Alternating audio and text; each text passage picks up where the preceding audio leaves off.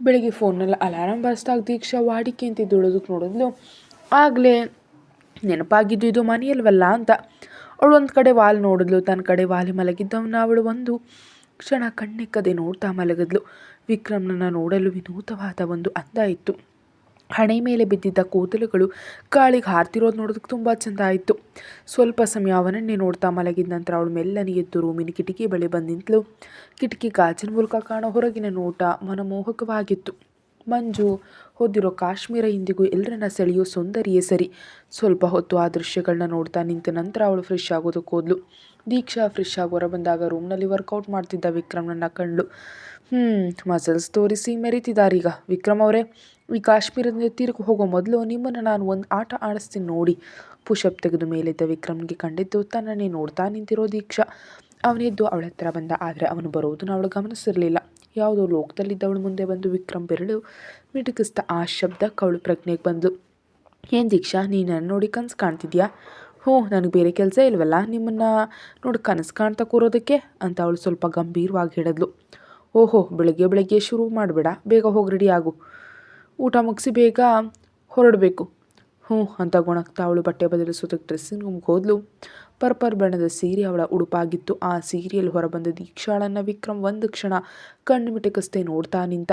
ಅವನ ಮನಸ್ಸಿನಲ್ಲಿ ಕ್ವೀನ್ಸ್ಲ್ಯಾಂಡ್ನ ಹೂಗಳು ನೆನಪಾದವು. ಆ ಹೂಗಳ ಮಧ್ಯೆ ದೇವತೆಯಂತೆ ದೀಕ್ಷಾ ಅಂದು ಇಂದು ಅವಳು ಬದಲಾಗಿಲ್ಲ. ಈಗಲೂ ಆ 25 ವರ್ಷದ ಹುಡುಗಿಯಂತೆ ಕಾಣ್ತಿದ್ದಾಳೆ.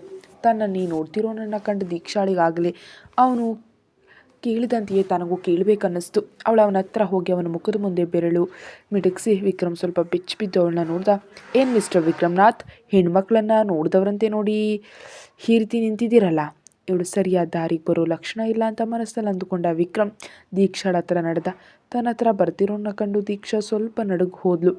ಅವನು ಬಂದಂತೆಲ್ಲ ಅವಳು ಹಿಂದೆ ಸರಿದ್ಲು. ಕೊನೆಗೆ ಗೋಡೆಗೆ ತಾಗಿ ನಿಂತಳು. ದೀಕ್ಷಾ ಹೆದರಿಕೆಯಿಂದ ಉಗುಳು ನುಂಗುತ್ತಾ ವಿಕ್ರಮ್ನನ್ನ ನೋಡಿದ್ಲು. ವಿಕ್ರಮ್ ಇನ್ನು ಸ್ವಲ್ಪ ಅವಳ ಮುಖದ ಹತ್ರ ಬಂದ. ದೀಕ್ಷಾಳಿಗೆ ಉಸಿರು ಕಟ್ಟಿದಂತಾಯಿತು. ಅವಳು ತನ್ನ ಸೀರೆಯನ್ನು ಬಿಗಿಯಾಗಿ ಹಿಡ್ಕೊಂಡ್ಳು. ನಾನು ನನ್ನ ಸ್ವಂತ ಹೆಂಡತಿಯನ್ನೇ ಅಲ್ವೇ ನೋಡಿ ರಕ್ತ ಹೀರಿದ್ದು, ಇನ್ನು ಹೀರಿಯೇ ತೀರ್ತೀನಿ, ಅದು ನನ್ನ ಹಕ್ಕು, ಏನಂತೀಯ ದೀಕ್ಷಾ ಅಂತ ಗಾಳಿಯಂತೆ ಮೆಲ್ಲನೆ ಧ್ವನಿಯಲ್ಲಿ ಅವನು ಕೇಳಿದಾಗ ಅವನ ಉಸಿರಿನ ಬಿಸಿ ತಾಗಿ ಅವಳು ಕಂಪಿಸಿದ್ಲು. ಅಷ್ಟು ಹೇಳಿ ಅವನು ದೂರ ಸರಿದ. ದೀಕ್ಷಾಳಿಗೆ ಈಗ ಉಸಿರು ಬಂದಂತಾಯಿತು.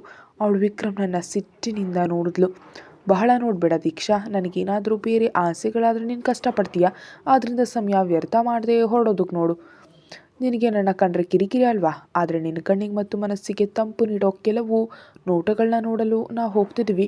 ನಾನು ಹೊರಗೆ ರೆಸ್ಟೋರೆಂಟ್ ಬಳಿ ಇರ್ತೀನಿ, ರೂಮ್ ಲಾಕ್ ಮಾಡಿ ಅತ್ತ ಬಾ ಅಂತ ಹೇಳಿ ವಿಕ್ರಮ್ ಹೊರಗಡೆ ಹೋದ. ತಮಾಷೆಗೆ ಹೇಳಿದ್ರು ವಿಕ್ರಮ್ ಕೊನೆಗೆ ಹೇಳಿದ ಮಾತುಗಳು ಅವಳಿಗೆ ಬೇಸರ ತಂದವು. ಕಿರಿಕಿರಿಯಂತೆ. ಆ ಮುಖವನ್ನು ಒಂದು ಕ್ಷಣವೂ ನೋಡದೇ ಇರೋದಕ್ಕೆ ಆಗದಿದ್ದಕ್ಕೆ ನಾನು ನಿಮ್ಮ ಜೊತೆ ಬಂದದ್ದು ಅಂತ ನಿಮಗೆ ಗೊತ್ತಿದೆಯೇ ವಿಕ್ರಮ್ ಅವರೇ? ಇಲ್ಲ, ಗೊತ್ತಿಲ್ಲ. ನಾನು ಆ ಮನಸ್ಸನ್ನು ನೋಯಿಸಿದೆ ಅಂತ ಗೊತ್ತು. ಬದಲಾಗಿ ನೀವು ನನಗೆ ಕೊಟ್ಟಿದ್ದು ಅಷ್ಟೇ ನೋವನ್ನ ಅಲ್ವೇ? ಈಗ ನನಗೆ ನಿಮ್ಮನ್ನು ನೋಡೋದು ಕಿರಿಕಿರಿ ಅಂತಿದ್ದೀರಲ್ಲ. ತುಂಬಿ ಬಂದ ಕಣ್ಣುಗಳನ್ನ ಒರೆಸುತ್ತಾ ಅವಳು ರೂಮ್ ಲಾಕ್ ಮಾಡಿ ಹೊರ ಬಂದಳು. ರಿಸೆಪ್ಷನ್ನಲ್ಲಿ ಕೀ ಕೊಟ್ಟು ರೆಸ್ಟೋರೆಂಟ್ ಕಡೆ ಹೋದಳು. ಅದು ತುಂಬ ಸುಂದರವಾದ ಓಪನ್ ರೆಸ್ಟೋರೆಂಟ್ ಆಗಿತ್ತು. ದೂರದಲ್ಲಿ ಮಂಜಿನಂತೆ ಆವೃತವಾದ ಬೆಟ್ಟಗಳು ಕಾಣ್ತಿದ್ವು. ಅವಳು ಸುತ್ತಲೂ ನೋಡಿದಾಗ ಒಂದು ಚೇರ್ ಮೇಲೆ ವಿಕ್ರಮ್ ಕೂತಿರೋದನ್ನ ಕಂಡ್ಳು. ಅವಳಲ್ಲಿಗೆ ಹೋದಾಗ ವಿಕ್ರಮ್ ಅವಳನ್ನ ನೋಡಿ ನಗ್ತಾ, ಆದರೆ ಅವಳು ನೋಡದಂತೆ ನಟಿಸಿದ್ಲು. ವಿಕ್ರಮ್ಗೆ ವಿಷಯ ಅರ್ಥ ಆಗಿತ್ತು. ಹಾಗಾಗಿ ಅವನು ಅಷ್ಟೇನೂ ತಲೆ ಕೆಡಿಸ್ಕೊಳ್ಳಿಲ್ಲ.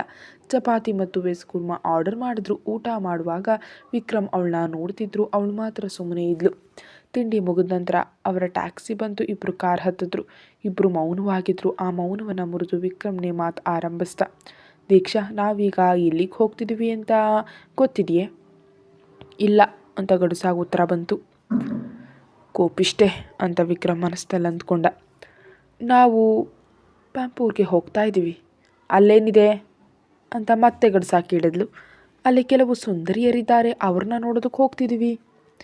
ದೀಕ್ಷಾ ಸಿಟ್ಟಿನಿಂದ ವಿಕ್ರಮ್ನನ್ನು ನೋಡಿದ್ಲು. ನಂತರ ಮುಖ ತಿರುಗಿಸಿ ನೇರವಾಗಿ ಕೂದ್ಲು. ಹೀಗೆ ಮುಖ ತಿರುಗಿಸ್ಬೇಡ ದೀಕ್ಷಾ, ಕುತ್ತಿಗೆ ನೋವಾಗುತ್ತೆ. ಅವಳು ಏನೂ ಉತ್ತರ ನೀಡದೆ ಹೊರಗಿನ ಸುಂದರ ನೋಟಗಳನ್ನ ನೋಡತೊಡಗಿದ್ಲು. ಹಾಗೆ ಸ್ವಲ್ಪ ಹೊತ್ತು ನಿದ್ದೆ ಹೋದ್ಲು. ಪಕ್ಕಕ್ಕೆ ಸರಿತಿದ್ದವಳನ್ನು ವಿಕ್ರಮ್ ತನ್ನ ಹೆಗಲಿಗೆ ಚಾಚಿಕೊಂಡ. ಸುಮಾರು 50 ನಿಮಿಷಗಳ ಪ್ರಯಾಣದ ನಂತರ ಅವರು ಪ್ಯಾಂಪೂರ್ಗೆ ತಲುಪಿದ್ರು. ದೂರದವರೆಗೂ ಹರಡಿರೋ ಪರ್ಪಲ್ ಸುಂದರಿಯರ ಸುಗಂಧ ಆತ್ಮಕ್ಕೆ ತಟ್ಟಿದಂತಾಯಿತು. ತನ್ನ ಹೆಗಲ ಮೇಲೆ ಮಲಗಿದವಳನ್ನ ವಿಕ್ರಮ್ ಮೆಲ್ಲನೆ ತಟ್ಟಿ ಎಬ್ಬಿಸ್ದ. ಜಾಗ ಬಂತು. ದೀಕ್ಷಾ ಎದ್ದು ಕೂತ್ಲು. ಆ ಆಕರ್ಷಕ ಸುಗಂಧವನ್ನು ಅವಳು ಆಸ್ವಾದಿಸಿದ್ಲು. ಇಷ್ಟ ಆಯ್ತು ದೀಕ್ಷಾ, ನನ್ನ ಸುಂದರಿಯರ ಸುಗಂಧ? ಅದನ್ನು ಕೇಳಿ ಅವಳು ಕಣ್ಣಕ್ಕಿರಿದು ಮಾಡಿ ಅವನನ್ನು ನೋಡಿದ್ಲು. ಬಾ ಇಳಿಯೋಣ, ಟ್ಯಾಕ್ಸಿ ಅವನು ಹೋಗಬೇಕು ಅಂತ ಅವನು ಹೇಳಿದಾಗ ಅವಳು ಕಾರ್ನಿಂದ ಇಳಿದ್ಲು. ಆಗಲೇ ಅವಳು ತಾನು ಇರೋ ಜಾಗವನ್ನು ಗಮನಿಸಿದ್ದು. ಕಣ್ಣು ಹಾಯಿಸಿದಷ್ಟು ದೂರ ಕೇಸರಿ ಹೂವಿನ ಗದ್ದೆಗಳಿದ್ವು. ದೀಕ್ಷಾಳ ಕಣ್ಣುಗಳು ಅರಳಿದ್ವು. ಅದೇ ಕುತೂಹಲ. ಅಂದು ಹೂಗಳನ್ನು ನೋಡಿ ಮೈಮರೆತು ನಿಂತಿದ್ದವಳನ್ನು ವಿಕ್ರಮ್ ನೆನಪಿಸ್ಕೊಂಡ. ಅವನ ಮುಖದಲ್ಲಿ ಸುಂದರವಾದ ನಗು ಮೂಡಿದು ಅವಳ ಹತ್ರ ಬಂದು ಕಿವಿ ಹತ್ರ ಕೇಳಿದ, ಇಷ್ಟ ಆಯ್ತೆ ಈ ಸುಂದರಿಯರು? ದೀಕ್ಷಾ ಅರಳಿದ ಕಣ್ಣುಗಳಿಂದ ವಿಕ್ರಮ್ನನ್ನು ನೋಡಿ, ಇದು ಇಲ್ಲಿ ಅಂದ್ಲು. ಹೌದು, ಕಾಶ್ಮೀರದಲ್ಲಿ ಅತಿ ಹೆಚ್ಚು ಕೇಸರಿ ಹೂಗಳನ್ನ ಬೆಳೆಯೋ ಜಾಗ ಇದು. ಅತಿ ಉತ್ತಮ ಗುಣಮಟ್ಟದ ಹೂಗಳು ಇಲ್ಲಿ ಸಿಗುತ್ತವೆ. ನಮ್ಮ ಹೊಸ ಬ್ಯೂಟಿ ಪ್ರಾಡಕ್ಟ್ಗಳಿಗೆ ಬೇಕಾದ ಹೂಗಳ ಆರ್ಡರ್ ಕೊಡೋದಕ್ಕೆ ಇಲ್ಲಿಗೆ ಬಂದಿದ್ದೀನಿ. ಬಾ, ಇಲ್ಲಿನ ಓನರ್ ಭೇಟಿ ಮಾಡಿದ ನಂತರ ಈ ಗದ್ದೆಯಲ್ಲಿ ನಡೆಯೋಣ, ಹೂಗಳನ್ನು ಸಂಗ್ರಹಿಸೋಣ. ಹ್ಞೂ ಅಂತ ಅವಳು ವಿಕ್ರಮ್ನ ಜೊತೆ ಅವರ ಆಫೀಸ್ಗೆ ಹೋದ್ಲು. ವಿಷಯಗಳನ್ನೆಲ್ಲ ಮಾತಾಡಿ ಮುಗಿಸಿ ಹೊರಬಂದಾಗ ಗದ್ದೆಯಲ್ಲಿ ಹೂವು ಕೀಳಲು ಕೆಲಸಗಾರರು ಬಂದಿದ್ದರು. ವಿಕ್ರಮ್ನ ಜೊತೆ ಅವಳು ಆ ಹಸಿರು ನೇರಳೆ ಹೂವಿನ ಮೇಲೆ ನಡೆದ್ಲು. ಅದು ಅತಿ ಸುಂದರವಾಗಿತ್ತು. ಕ್ವೀನ್ಸ್ಲ್ಯಾಂಡ್ನ ಆಕಾಶದಲ್ಲಿ ಹೂವುಗಳು ಮೋಡಿ ಮಾಡಿದರೆ ಇಲ್ಲಿ ಭೂಮಿ ಮೇಲೆ ಕೇಸರಿ ಹೂಗಳು ಹರಡ್ಕೊಂಡಿದ್ವು. ಎಲ್ಲವನ್ನ ಮರೆತು ಅವಳು ಆ ಹೂಗಳ ಸೌಂದರ್ಯವನ್ನು ಆಸ್ವಾದಿಸಿದ್ಲು. ಗಿಡಗಳಿಗೆ ತಾಗಿ ನಿಂತಿದ್ದ ಹೂಗಳು ಹೇಳತೀರದಷ್ಟು ಚಂದವಾಗಿದ್ವು. ದೀಕ್ಷಾ ಕೂಡ ಕೆಲಸಗಾರರ ಜೊತೆ ಸೇರಿ ಹೂಗಳನ್ನು ಕೀಳೋದಕ್ಕೆ ಶುರು ಮಾಡಿದ್ಲು. ಮೊದಲವರಿಗೆ ಇವಳ ಜೊತೆ ಮಾತಾಡೋದಕ್ಕೆ ಸಂಕೋಚ ಇತ್ತು. ಅಷ್ಟು ದೊಡ್ಡ ಬಿಸ್ನೆಸ್ ಮ್ಯಾನ್ ಹೆಂಡತಿ ನಮ್ಮ ಜೊತೆ ಮಾತಾಡ್ತಾರೆ ಅಂತ. ಆದರೆ ಅವಳನ್ನು ಹತ್ತಿರದಿಂದ ಕಂಡಾಗ ಅವಳೊಬ್ಬ ಸಾಮಾನ್ಯ ಮಹಿಳೆಯಂತೆ ಎಲ್ಲ ಜೊತೆ ನಕ್ಕು ನಲಿಯುತ್ತಿರೋದು ಕಂಡು ಅವರಿಗೆ ಖುಷಿಯಾಯಿತು. ವಿಕ್ರಮ್ನ ಕಣ್ಣುಗಳು ಅವಳ ಮೇಲೆ ಇದ್ದವು. ಕೇಸರಿ ಹೂಗಳಿಗಿಂತ ದೀಕ್ಷಾ ಹೆಚ್ಚು ಸುಂದರವಾಗಿ ಕಾಣ್ತಿದ್ಲು. ಯಾರೋ ಒಬ್ಬರು ಹೂವು ತುಂಬಿದ ಬುಟ್ಟಿಯನ್ನು ಕೊಟ್ಟಾಗ ಅವಳು ಅದನ್ನು ಸಂಕೋಚ ಇಲ್ಲದೆ ಹೊತ್ತೊಯ್ದು ಸುರಿತಿರೋದನ್ನು ಕಂಡು ವಿಕ್ರಮ್ಗೆ ಹೆಮ್ಮೆ ಅನ್ನಿಸ್ತು. ನಾನು ಅದೃಷ್ಟವಂತ, ನಿನ್ನಂಥವಳು ನನಗೆ ಸಿಕ್ಕಿದ್ದಕ್ಕೆ. ಆದರೆ ಅರ್ಹತೆ ಇಲ್ಲದ್ದು ನನಗಲ್ವೇ ಎಂಬ ಯೋಚನೆಯಲ್ಲಿ ಅವಳನ್ನ ನೋಡ್ತಿದ್ದಾಗ ಅವಳ ಮುಖ ಸೊಟ್ಟಗೆ ಮಾಡಿ ಅವನನ್ನು ದಾಟಿ ಹೋದಾಗ ಆ ಯೋಚನೆ ಮಾಯವಾಗಿ ನಗು ಮೂಡ್ತು. ಬೆಳಗ್ಗೆ ನಿದ್ದೆಯಿಂದ ಎದ್ದು ಇಶಾನಿ ಬೇಗನೆ ಫ್ರೆಶ್ ಆಗಿ ಕಿಚನ್ಗೆ ಹೋಗಿ ಕಾಫಿ ಮಾಡಿದ್ಲು. ನಂತರ ಫ್ರಿಡ್ಜ್ನಿಂದ ದೋಸೆ ಹಿಟ್ಟು ತೆಗೆದಿಟ್ಲು. ಸಾಂಬಾರು ಮಾಡಲು ತರಕಾರಿ ಕತ್ತರಿಸಿ ಕುಕ್ಕರ್ಗೆ ಹಾಕಿ ಗ್ಯಾಸ್ ಮೇಲೆ ಇಟ್ಲು. ನಂತರ ಕಾಫಿ ಟ್ರೇ ಹಿಡಿದು ತಿರುಗಿದಾಗ ಕೈ ಕಟ್ಟಿ ಕಿಚನ್ ಬಾಗಿಲುವರೆಗೆ ನಿಂತಿದ್ದವನ ಕಂಡ್ಲು. ಇಂದು ಏಬಲ್ನನ್ನು ಕಂಡಾಗ ಅವಳಿಗೆ ಯಾಕೋ ಗಾಬರಿ ಆಯಿತು. ಎಂದೂ ಇಲ್ಲದ ನಾಚಿಕೆ ಅವಳಲ್ಲಿ ತುಂಬಿತು.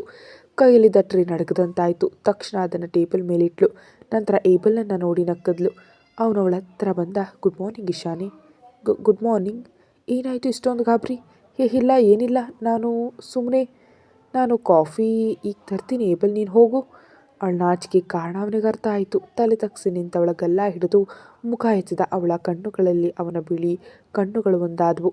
ಅವನ ಪ್ರೇಮದ ನೋಟವನ್ನು ಸಹಿಸಲಾರದೆ ಅವಳು ಕಣ್ಣು ಮುಚ್ಚಿದ್ಲು. ಮೆಲ್ಲನೆ ಅವಳನ್ನ ತನ್ನತ್ತ ಎಳ್ಕೊಂಡು ಅವಳ ಹಣೆಗೆ ಮುತ್ತಿಟ್ಟ. ಅವಳದನ್ನು ಆನಂದದಿಂದ ಸ್ವೀಕರಿಸಿದ್ಲು. ಅವಳ ಕಣ್ಣುಗಳು ಸಂತೋಷದಿಂದ ತುಂಬಿದ್ವು. ಆ ಕಣ್ಣುಗಳ ಮೇಲೂ ಅವನು ಮುತ್ತಿಟ್ಟ. ಅವಳು ಅವನನ್ನು ತಪ್ಪಿಕೊಂಡು ಸ್ವಲ್ಪ ಹೊತ್ತು ಹಾಗೆ ನಿಂತಳು. ಗಂಟಲು ಸರಿಪಡಿಸಿದ ಶಬ್ದ ಕೇಳಿ ಇಬ್ಬರು ಬೇಗನೆ ದೂರ ಸರಿದ್ರು. ತಿರುಗಿ ನೋಡಿದ್ರೆ ಮೂವರು ನಿಂತು ನೋಡ್ತಿದ್ರು. ಇಬ್ಬರಿಗೂ ಮುಜುಗರವಾಯಿತು. ಮೂವರು ಇಶಾನಿ ಮತ್ತು ಏಬಲ್ ಹತ್ರ ಬಂದರು. ಏನಿದು ಬೆಳಗ್ಗೆಯೇ ಶುರುವಾಗಿದೆಯೇ? ಕೈಗೆ ಉಂಗುರ ಬಂದ ತಕ್ಷಣ ಏನು ಬೇಕಾದರೂ ಮಾಡಬಹುದಾ? ಅಪ್ಪ ಕಾಶ್ಮೀರಕ್ಕೆ ಹೋಗಿರ್ಬೋದು, ಆದರೆ ಮೂವರು ಗಂಡು ಮಕ್ಕಳು ಇಲ್ಲೇ ಇದ್ದಾರೆ, ನೆನಪಿರಲಿ. ಅವರು ಹಾಗೆ ಹೇಳಿದಾಗ ಇಶಾನಿ ಮತ್ತು ಏಬಲ್ಗೆ ಬೇಸರ ಆಯಿತು. ಇಬ್ಬರು ಬೇಸರದಿಂದ ಅವರನ್ನು ನೋಡಿದ್ರು. ಆ ನೋಟ ಕಂಡು ಮೂವರು ಜೋರಾಗಿ ನಕ್ಕಿದ್ರು. ಅಯ್ಯೋ, ಇಷ್ಟೇನಾ ನೀವು? ನಾವು ಸುಮ್ಮನೆ ರೇಗಿಸಿದಷ್ಟೇ. ಹೋಗ್ರೋ, ನಿಮ್ಮ ಜೊತೆ ಮಾತಾಡೋದಿಲ್ಲ. ಅಯ್ಯೋ ಅಕ್ಕ, ಸಾರಿ ಪ್ಲೀಸ್ ಅಂತ ಮೂವರು ಇಶಾನಿನ ಸಮಾಧಾನ ಪಡಿಸಿದಾಗ ಅವಳು ನಗ್ತಾ ಅವ್ರನ್ನ ತಪ್ಪಿಕೊಂಡ್ಳು. ಏಬಲ್ ಕೂಡ ಅವರ ಜೊತೆ ಸೇರ್ದ. ನೀವು ಬೇಗ ಫ್ರೆಶ್ ಆಗಿ ಬನ್ನಿ, ಬಿಸಿ ಬಿಸಿ ದೋಸೆ ಮಾಡಿಕೊಡ್ತೀನಿ. ಆಗ ಮೂವರು ಕಣ್ಣುಗಳು ಸುತ್ತಲೂ ಹುಡುಕಿದ್ವು. ಏನು ಹುಡುಕ್ತಿದ್ದೀರಾ ಅಂತ ಇಶಾನಿ ಕೇಳಿದ್ಲು. ಅಮ್ಮ ಎಲ್ಲಿದ್ದಾಳಕ್ಕ? ಆಹಾ, ಕಾಶ್ಮೀರದಲ್ಲಿರೋ ಅಮ್ಮ ಇಲ್ಲಿ ಹೇಗೆ ಕಾಣ್ತಾಳೆ? ಕಾಶ್ಮೀರವೇ? ಮೂವರ ಕಣ್ಣುಗಳು ಅರಳಿದ್ವು. ಹೌದು, ಅಮ್ಮನಿಗೆ ಅಪ್ಪನ ಜೊತೆ ಹೋಗಲೇಬೇಕು ಅಂತ ಹಠ. ಇಬ್ಬರ ಜಗಳ ಇನ್ನೂ ಮುಗ್ದಿಲ್ದಿದ್ರೂ ಹಠ ಮಾಡಿ ಹೋದ್ಲು. ನೀವು ಮಲಗಿದ್ರಿಂದ ಎಬ್ಬಿಸಲಿಲ್ಲ.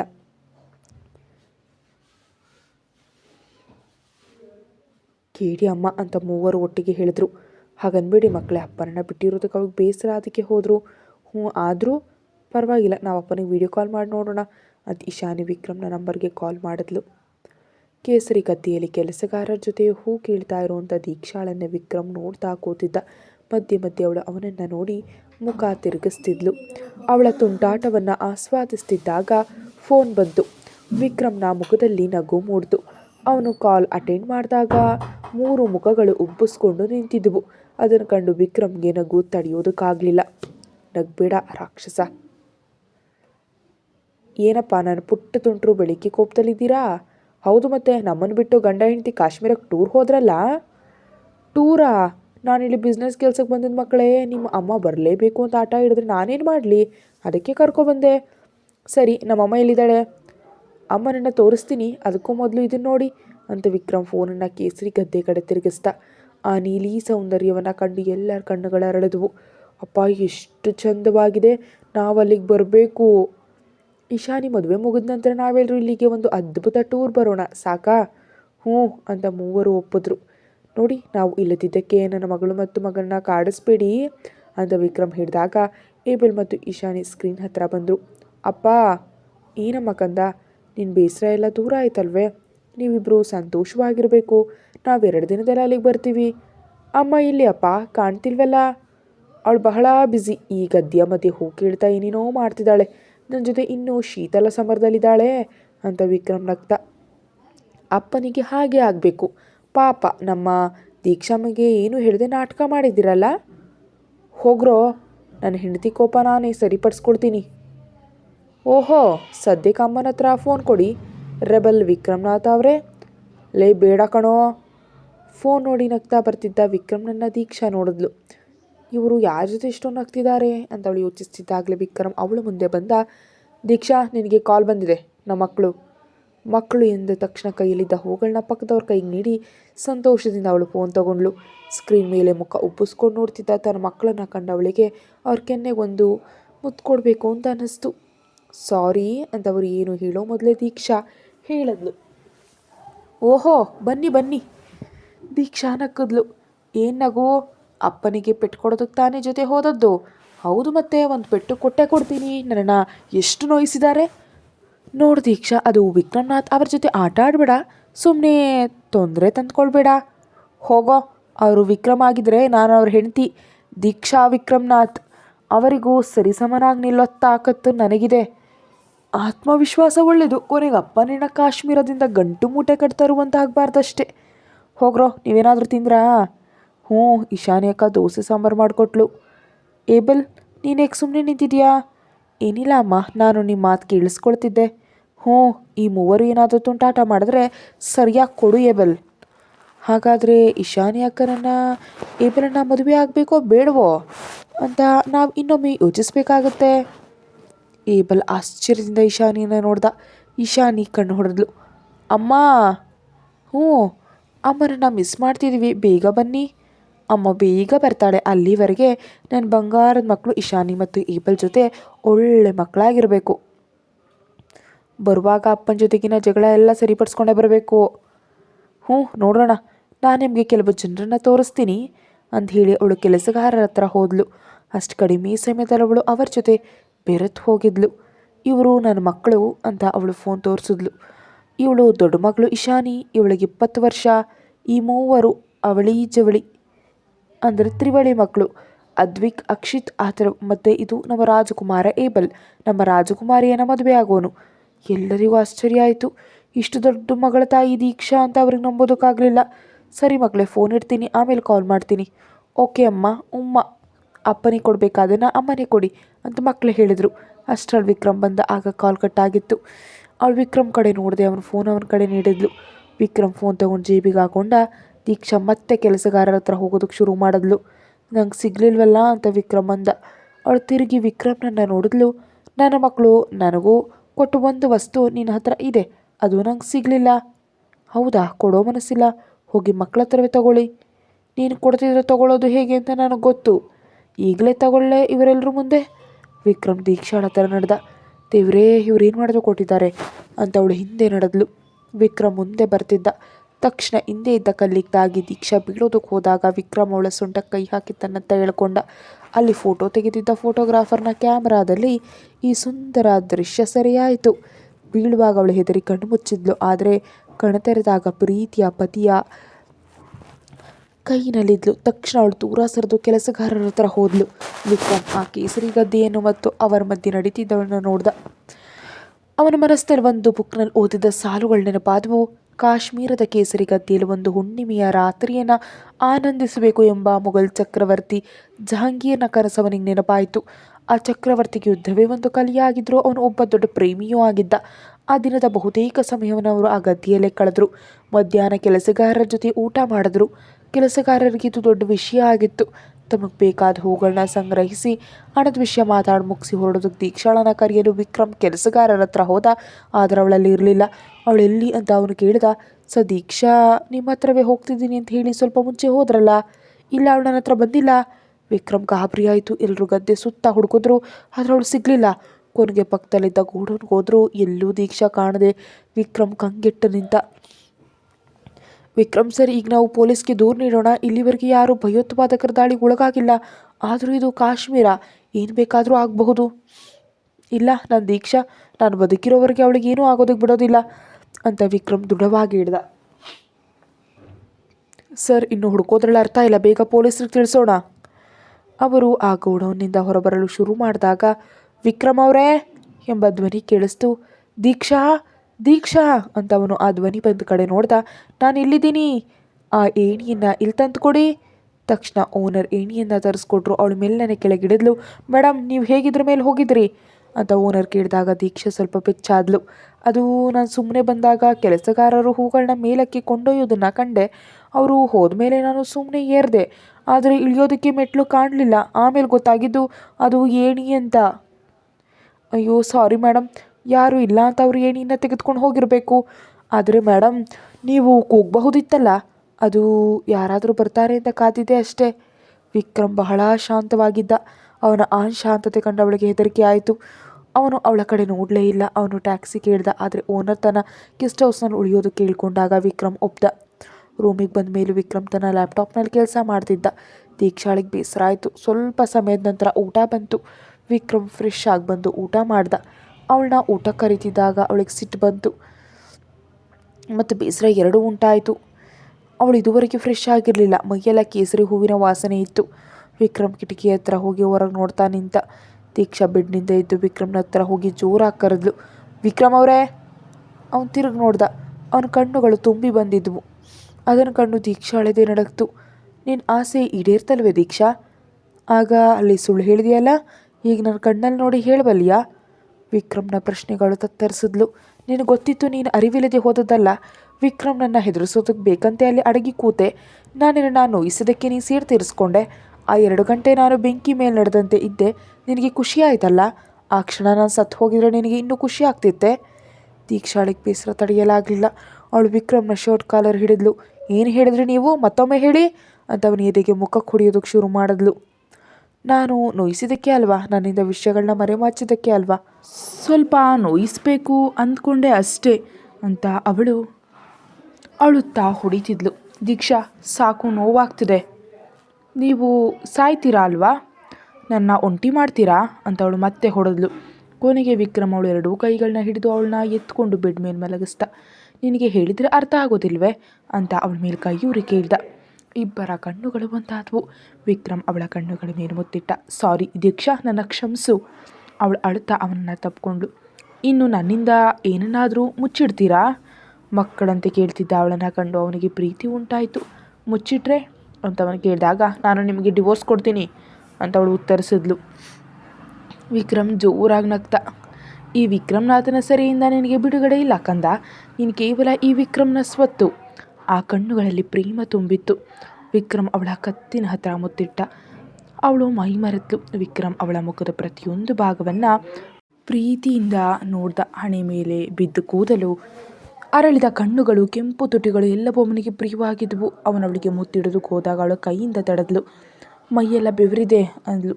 ವಿಕ್ರಮ್ ಅವಳಿಂದ ದೂರ ಸರಿದು ಕೂತಾಗ ಅವಳಿಗೆ ಬೇಸರ ಆಯಿತು. ಆದರೆ ಮರುಕ್ಷಣವೇ ಅವಳನ್ನ ಹಿಡಿದು ತನ್ನ ಎದೆಗೆ ಹಾಕೊಂಡ.